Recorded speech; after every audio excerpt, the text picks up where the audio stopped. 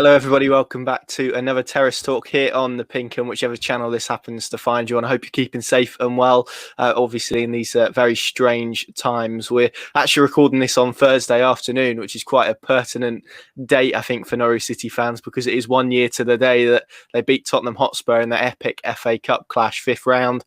I had the luxury of being there that night covering it. It was absolutely tremendous, and how the world has changed since that day. For many people, it would have been the last time they watched Norwich play, but just an illustration of what a dramatic year it's been. But anyway, we're, of course, Norwich back in the Championship. It feels like we're recording one of these every other day at this point. We're recording this, less than 24 hours after Norwich beat Brentford, and we're going to be previewing the game against Luton Town on Saturday, a team that have proven to be a little bit of a difficult side for Norwich City to overcome, as we will talk about with my guests, joined by Norwich fan Peter Verhey, all the way from America, and sports journalist, Luton fan Lewis Williams as well. Peter, let's start with you. Let's talk about that Tottenham game just for a second. Obviously, it was a wonderful night to be a Norwich City fan. What are your memories of the game, I suppose, and everything that's kind of happened since? Because for many people, it would have been the last time watching Norwich live. Yeah, so I'm amazed it's been a year, truth be told. I haven't thought that far back in a long time. That day I was work from home by that point, so I've been cooped up in my house for over a year now. But I just remember even sitting watching on the TV, seeing Krul save the 2 penalties, the run across the whole pitch to the other side to celebrate with the fans. It was something else, even for a guy like me just watching at home on TV. Then shortly after, we had the whole shutdown, and we came back, and I don't remember when Project Restart started, but that was kind of the first return to normal for me in my life. And I thought we could pull it off. I had a lot of hope, and then that Southampton game kicked off, and yeah, we're here now. It's been a weird year. I mean, and build up to now is happier place now than, let's say, midsummer.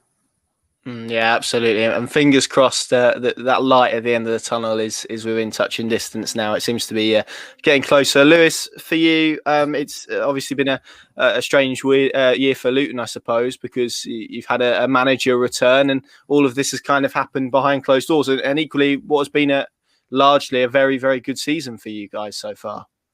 Yeah, it's been a strange one. I think, obviously, like any other fan base, you want to be there, in the stadiums. I don't know what reception Nathan Jones would have got when he came to the club. Probably a mixed one, but he's done a very good job. Like, I can't imagine the scenes it would have been when we stayed up last year behind closed doors. Like, just imagine being in the stadium when we stayed up. And then this year we've had a few games which I feel like the place would have just erupted, especially in our last home game against Sheffield Wednesday, coming back from 2-0 down. Honestly, I just want to go back in that stadium before we end up going to our new one in the next couple of seasons. Yeah, absolutely, and hopefully we will get back there. I'm praying that by the start of next season we'll have full crowds again, and hopefully that is the case. But we shall see. Peter, let's start with you. As I said at the top of the show, recording this not long after that win against Brentford. What a win it was for Norwich as well. Emi Buendia, as he so often is at this level, the difference in that game, but just a very, very good performance that maybe shows why Norwich are 10 points clear at the top of the Championship at the moment. Yeah, I would wholeheartedly agree with you there. I mean, from what I saw, it was one of our more comfortable wins. Brentford never really had any good looks. I think the most cruel, I'll never know how Canos didn't score right in front of the net, but we'll take what we can get there. Other than that, I only remember Krul working hard once or twice otherwise. And then on the other side, Emi's passing's perfect as almost always. And for some reason, from what I saw, they marked Vrancic tighter than Emi. Emi pretty much just waltzed in, got a great shot, and kind of left the keeper in no man's land. So overall, big win. I think emotions are still high for everyone. As we know, we're 10 points clear. I think we're past the point of the memes and all the jokes that we're top of the table. We're going right back. But I'd be lying if I said I'm still not in meme world a little bit. Well, it's only natural, isn't it? I mean, how much momentum and how much positivity can Norwich take from that? Because so often the games after a big result like that can feel a bit sort of like after the Lord Mayor's show to an extent. That can be quite flat. They're often quite difficult because you have to bring yourself back up to that level, don't you? In terms of having just won a very significant game, you have to drag yourself back up to that level to win. Is there a fear from your perspective? And we'll delve into the game in a bit more depth in a bit, but is there a little bit of fear in you as a supporter that maybe Norwich won't be able to replicate the levels that they did in midweek for this one? Oh, absolutely. That's something I'm very afraid of. I mean, if you look at the 2 times we've played Luton this year, we've lost 3-1 twice. So it's very realistic. At least in the reverse mat fixture, the one before, we lost 3-1. We didn't have an attack or anything, which I'm sure we'll talk about at some point. But they still beat us with our main defense. So, of course, we can have a letdown after emotions are high. I think the team's strong enough. We won't have that, but there's potential always. Yeah, absolutely. There is, isn't there, Lewis? From your perspective, Peter kind of teed it up nicely, but obviously you've played Norwich twice this season and beaten them twice. So there must be a part of you that sees Norwich next up on the fixture list, despite their league position, and think you've got a fairly decent chance. You would thought I would say that, but every time we've beaten Norwich this season, of the fan base, there's always excuses. I know the first game in the cup, we had a lot of internationals. That makes sense. And then the second one was, we've had too many injuries. And I'm like, give us some credit. We deserve some sort of credit after beating you guys. But you're on an amazing run of form. I can't describe how good that form is. So for us, which we're not the best team away from home, I know we just won away from home. It's going to be difficult. We don't score many goals away. And going in this game, I'm positive, but it's whether or not the manager and the team want to be positive and play a positive style of play. If they do that, then I have some sort of confidence that we can get a result. I know Coventry, they've done very well at Norwich. So if a club like Coventry can do it, why can't a team like Luton do it? So hopefully we can go to Norwich with a bit of momentum, obviously the momentum from the Nottingham Forest game, and just try and take you guys on. I feel like the defence is your weakness. Obviously, you've got one of the best attacks in the league, so hopefully Luton can try and exploit that defence. And in terms of Luton, you mentioned there, obviously, the winning midweek. It's 2 back-to-back victories for you guys. You come to Carrow Road in fairly decent shape. Confidence might be high, which hasn't always been the case for teams coming to Carrow Road this season. How do you see Nathan Jones? I mean, you said you'd like him to be positive. How do you see him setting up? Do you see him really going after Norwich in terms of pressing them high and trying to disrupt how they play out from the back? Or are you expecting quite a solid, defensive, resolute performance? See, that's a very hard question to answer because we haven't been consistent with formations, with tactics, with the different systems we've played this season. And that's obviously explains why we're mid-table. It's just that inconsistency in results and in the way we play. So I honestly do not know. The fans have been crying out for Nathan to be positive. And the game before the Sheffield Wednesday game, we just weren't positive at all. We were starting games very negative. We were, especially away from home, we were just allowing teams to attack us. If we do that on Saturday, Norwich will score 3 or 4 goals easily in the first half. So I don't think Luton can afford to do that. I hope Luton are positive, go to Norwich, play not go for it, but play a positive system like the Diamond, which works quite well for us, or a 4-3-3, and obviously try and win the game. And that's where I think Luton are at their best, when they are attacking sides. I don't think our defence is the best compared to our attack. So hopefully Nathan decides going forward, be positive and try and get a result. Yeah, I'm really intrigued to see how they approach it. It kind of feels like there's been two ways that teams have set up to play at Carrow Road. There's maybe what you call the Barnsley or the Preston, where you really push Norwich high up the pitch, or maybe you could insert probably 10 teams that maybe have looked to frustrate Norwich a little bit. And look, with the quality Norwich have, it's not a surprise. Peter, before we kind of move on to other topics, and I'm going to ask you about Emi Buendia at the moment, and expect a fully glowing response as a Norwich fan. But I want to ask a little bit about you, because people will be watching this, listening to this, and will hear that American accent and think, I wonder how he came to support Norwich City. So it would be rude for me not to ask you that question. That's a fair one, and I honestly figured you would ask at some point, and I'm digging through my brain. Is it wrong that I don't remember? It kind of just happened. I remember I didn't play football growing up or anything. I started playing when I was 24. I'm 28 now, so only about 4 years.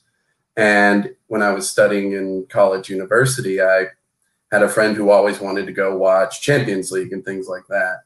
And we were surrounded by a sea of always Madrid or Manchester United, Manchester City, all the big clubs in the world. And I didn't want to do that. I did my research, and I kind of figured out who, I think at the time we were a mid-table club when I got into football. So I read up on Carrow Road, Norwich, and I kind of decided that's who I'm going to support. And for a few years, it was a very just active on social media fanhood, kind of follow the team, check the results, check the table.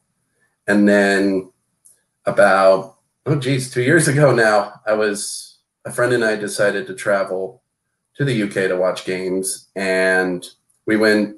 He's a Liverpool supporter, so we somehow got away into Anfield for a match, which was, it's an amazing place, don't get me wrong, but then we went to Carrow Road, and I mean, that was icing on the cake to me. It was just the environment around the stadium, in the stadium, the friendliness of everyone around it. We didn't know what we were doing half the time we were there, but it just kind of sealed the deal. And with time, I watch too much. I spend too much on shirts and stuff from the club, and it's just been fun ever since. What was the first game? You mentioned you came over to watch a game. What game was it that you took in? Can you remember? It was a match against Hull 2 years ago. So I think a few weeks past this time, and of all things, Mark Pugh scored for Hull. I remember that. And he had a brace. Stiepermann scored, and couldn't tell you who the other guy for Hull that scored, but it was something. It was kind of special. It maybe on the table, it's a unique game for everyone else, just a regular 3-2 win. But for me, I don't know if I'll be back at Carrow Road. So to win is the best part of it all. And then just finally, I suppose it's nice that you've now got an American at the club to support and get behind. Sebastian Soto, of course, young lad, and maybe isn't expected to break into the first team, certainly imminently, probably for the rest of the season. But in terms of having an American player at Norwich, it must be quite nice for you as a fan over there. It is. I always enjoy seeing Americans succeed in any league outside of our own, because I think the only other connection I can think of between America and the club I support here in Minnesota is Kai Kamara. He was a Canary for a short time, and he was a Minnesota United loon for a very short time. I think even less than his time in Norwich. But it's always just nice to see Americans succeed, even if it's not at Norwich. It's just even better when they're at Norwich. Absolutely, it's always interesting to hear just how wide that net goes. I think you can get lost sometimes, given how insulated Norfolk is, and it's nice to get outside that and hear the reasons you're a Norwich fan. So thanks for that, Lewis. In terms of Luton, 13th place. Is it? I've seen a few people. That's kind of what I want to get your take on, and I've watched highlight shows, and you hear people speak about Luton Town, and they say the achievement for Luton is the fact that we're not talking about them being in a relegation battle. Is that kind of how you see it? Is that the progression that Nathan Jones has brought to Luton? The fact that now you're fairly comfortable in mid-table rather than scrapping at the wrong end? Yeah, 100%. It's about becoming more of an established championship side and progressing, as the years go on. We want to be we're not here for, the short run. We're here for the long term. We always want to progress. Our youth facilities are getting improved next year. I think we're going to be in the Premier League second division. I think in the under 23s. Our training facilities are now they're at the correct standard. I think if the Euros get played this year or wherever, what happens with them, teams are going to be training at our facilities. Stadiums come in, so everything about the club is improving. And for me, the only way is up. I don't look down; it's always up at the moment. And Nathan, since he's came to the club, even at his first arrival, we were 18th in League Two, and he's just transformed the club into the right direction. And for us, it's been a fantastic year. I just want, when there's 5 games remaining left in the season, not to be panicking about falling into a relegation battle. But at this moment in time, I just can't see it. Well, Luton are one of those clubs where they clearly got a style of play they want to play, and they've appointed a coach to do that, which sounds very simple, but a lot of clubs get it so wrong. And I could list a few examples of those, but not the time and the place. And you mentioned in terms of facilities, obviously, your club has been through the mill. I think that's fair to say in probably the last decade, just over that. How disappointing is it to see players like Max Aarons, Jamal Lewis when he was here last season, especially James Justin, but you got a glimpse of him in the first team, those young players that have come through Luton's academy but maybe haven't necessarily been able to perform for Luton? That must be quite disappointing for you as a fan. Yeah, I played against Max plenty of times because me and him are in the same age group and from the same area, so I know what Max is all about. But it's a difficult one because I can understand leaving to go on to better things. But from leaving academy to another academy, I'm a little bit like, why have they done that? But it makes sense because Norwich have the under 23s. The youth system to get to the first team was put in place for him to go on and do that. So now that we can do that, the future is so bright. Yeah, okay, we could have had a very good youth academy if we kept the players at the club and made a lot more money if we went to sell them on. But there's no point looking back and just regretting those decisions. We went through all that problems with the previous owners. It's their fault that Luton are not in the better place now. But now we've got the correct owners, everything's positive, and now it's just the only way is up, really. Well, I've got to ask you about playing against Max Aarons. How old was he at the time, and what was that like as an experience for you? Did he stand out when you played against him? To be fair, we're the same. Yeah, so I think it was around about 14, 15 age group. And to be fair, it's hard to judge then because you have the few standouts. Obviously I rated myself a little bit, but obviously never got to the standard of football he went to. But he had something about him which. It's just with every youngster, do you have the right attitude? Are you hardworking? If you've got those, boxes there, you're going to succeed as long as you put that work in, and he clearly has. Same with Jamal Lewis. I think I've played with Jamal Lewis as well. I'm pretty sure I have. So were you in the Luton Academy then? Is that what you're telling me? I had trials, but also I played from the same area, so school teams played. Your local kickabouts as well. Played with a few decent players who are now doing very well for themselves. Well, there you go. I always say that I could have been a professional footballer if I had a bit more ability, but I think in honesty, I was just a bit too slow. I think that probably held me back. I'm also quite tall, and people think that I'd be able to head, which I'm like Tom Cantwell. I didn't like doing that.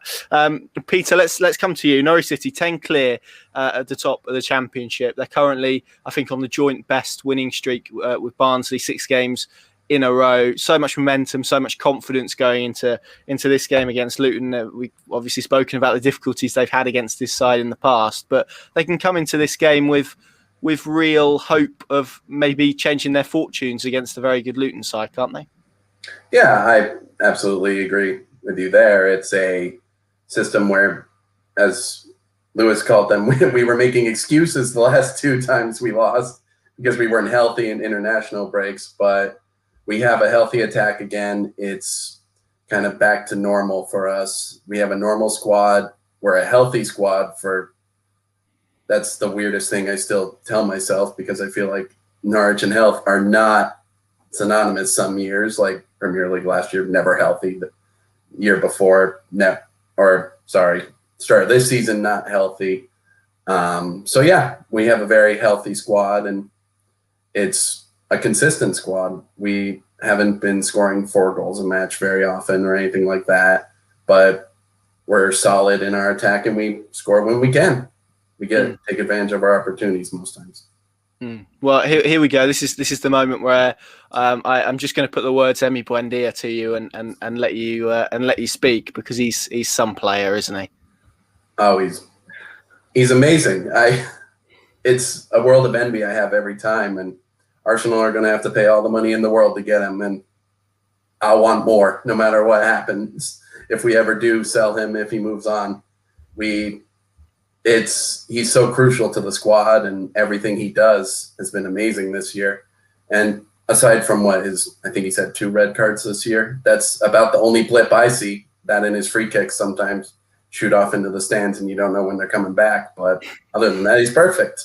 Yeah, absolutely. Lewis, I want to ask you about Kiernan Dewsbury-Hall, obviously someone on loan from Leicester who's done very well this season. Norwich have a loanee of their own, Ollie Skipp, who's done pretty good. It's going to be an interesting battle in midfield, providing both are fit and available for the game. Just talk to us a little bit about him and how well he's done for you guys this season. He's done amazing for us. I don't think we would be where we are in the table without him. The way he just connects everything from defence to attack is brilliant. I would love a few more goals from him, but his passing ability, you know, when you just look at a player and you can just tell he's a levels above and like the team, like you can tell with Dewsbury-Hall, the way he plays his football against Chelsea when we played him in the FA Cup, he just looked like he's played for Chelsea. And that's mad to think that. But recently he's not on the best of form. So hopefully he gets back to that type of performance which we're used to seeing from him. But he's amazing, and I'm gutted that we can't keep him for next year.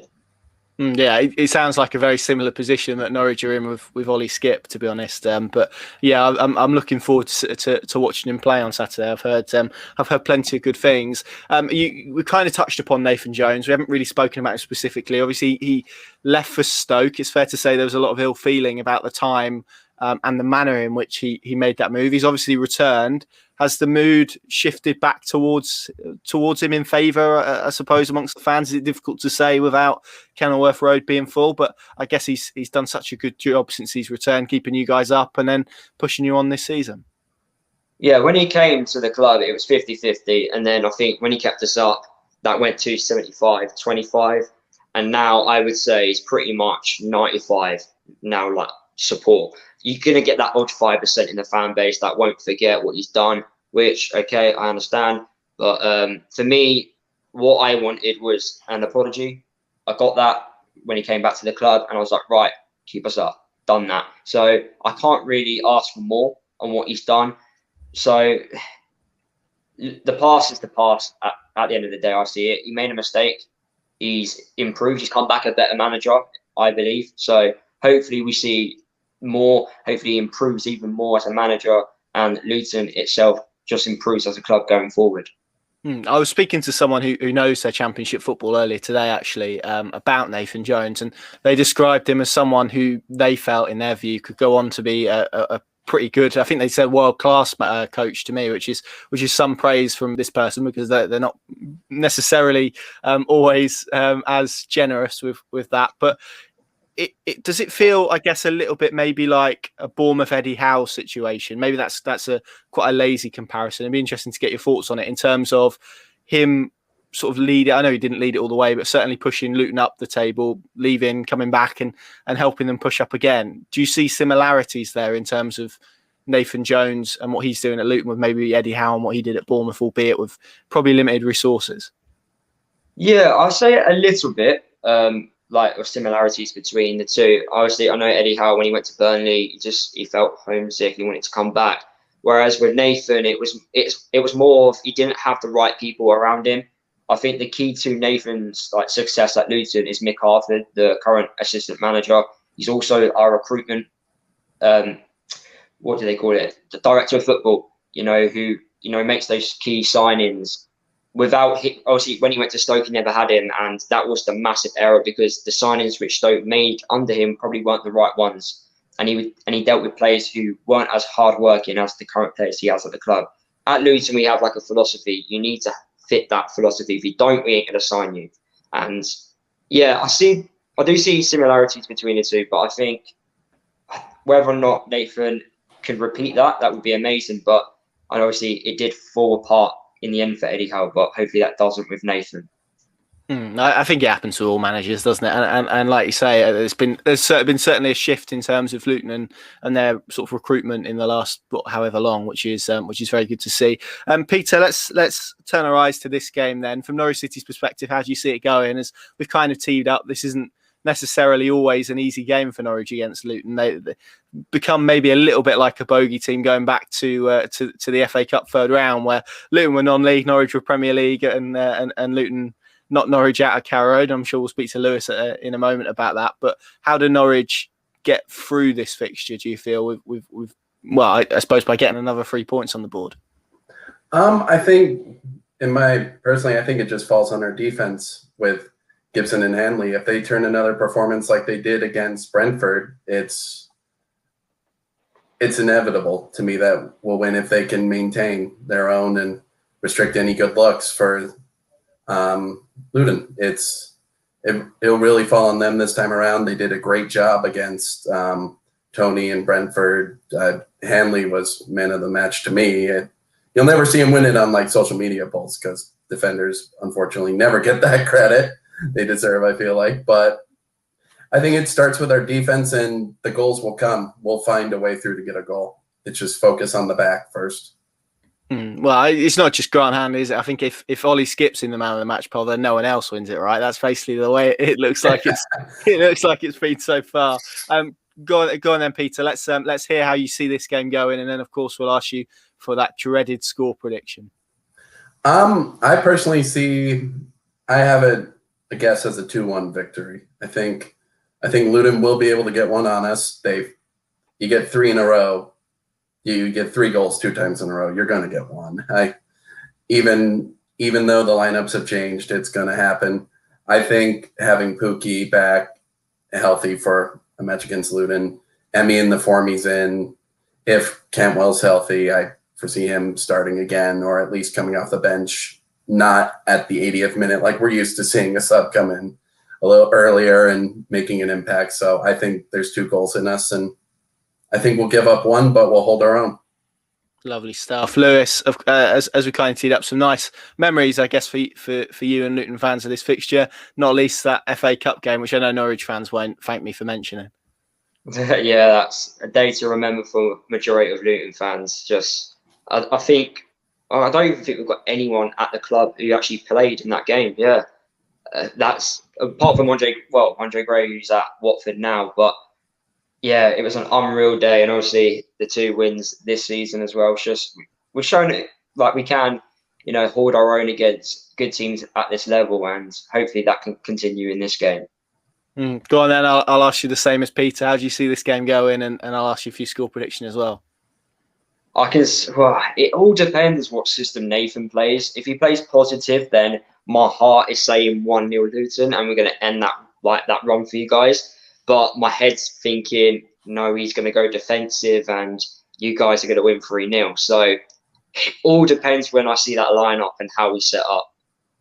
Interesting stuff. That's a real scale of results there. So you left yourself a nice bit of leeway, so you can claim victory if either sides do. Peter, it's been lovely to chat for you. Thank you very much for joining us. Lewis, likewise. Really enjoyed that half an hour of chat. Let us know your score predictions down below for this one, and of course we'll be at Carrow Road on Saturday to bring you all the live updates, analysis, reaction from Daniel Farker and Nathan Jones after the game as well. Can Norwich City extend their winning run to 7 games? They'll certainly hope so. Thank you very much for watching. Stay safe. See you soon.